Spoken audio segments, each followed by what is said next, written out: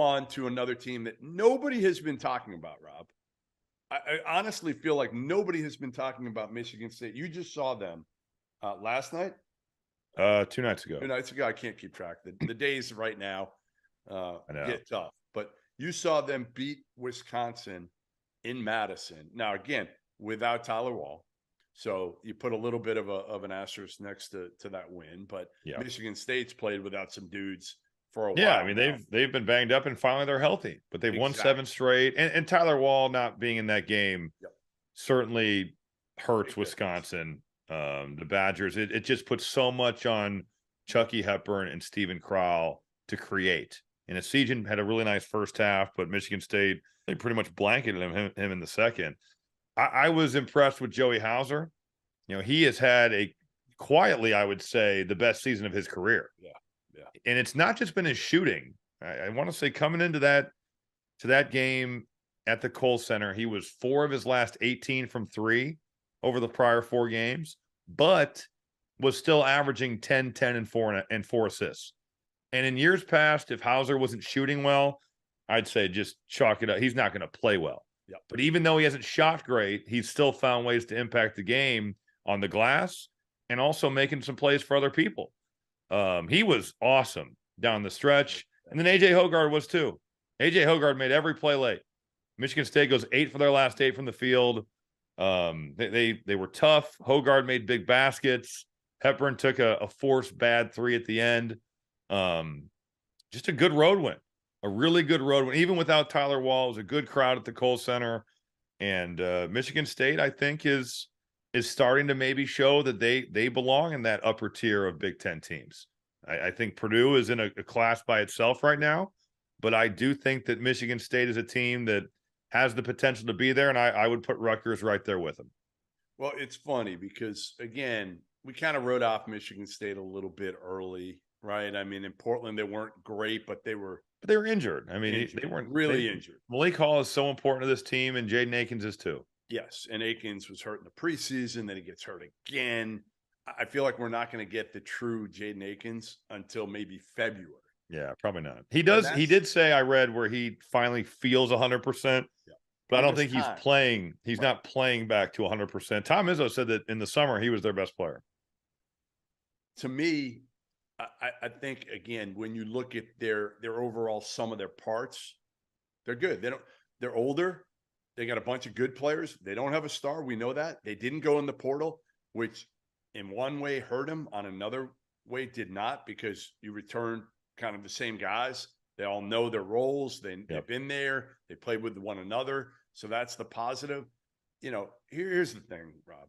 Like, while every other seemingly big program has had their bad years, and their bad years, look at Villanova right now. They're not going to make the tournament, most likely.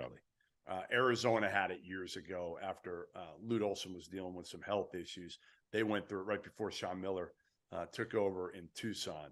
We've seen it at UCLA, obviously. We've seen it at Carolina. We see it right now at Kentucky. Duke struggling a little bit. You know, Duke's been pretty damn consistent over the years. But Michigan State, they've gone to 23 straight NCAA tournaments, Rob.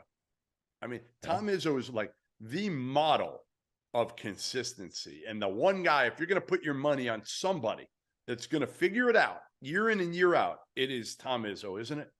Yeah, it is. And it's interesting to see this year, they've kind of gotten away from some of their staples. This is the slowest team from an offensive pace that they have ever had in the Ken Pom era. Since 2010, when they started keeping track of average possession length, this is the slowest team.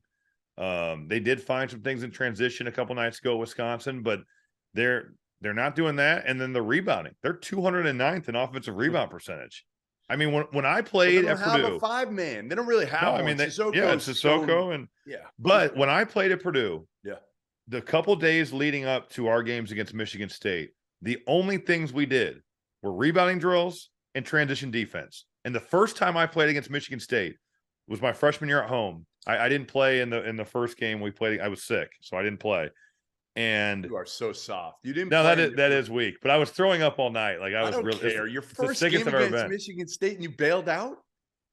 Yeah, I did. I couldn't play. Wow.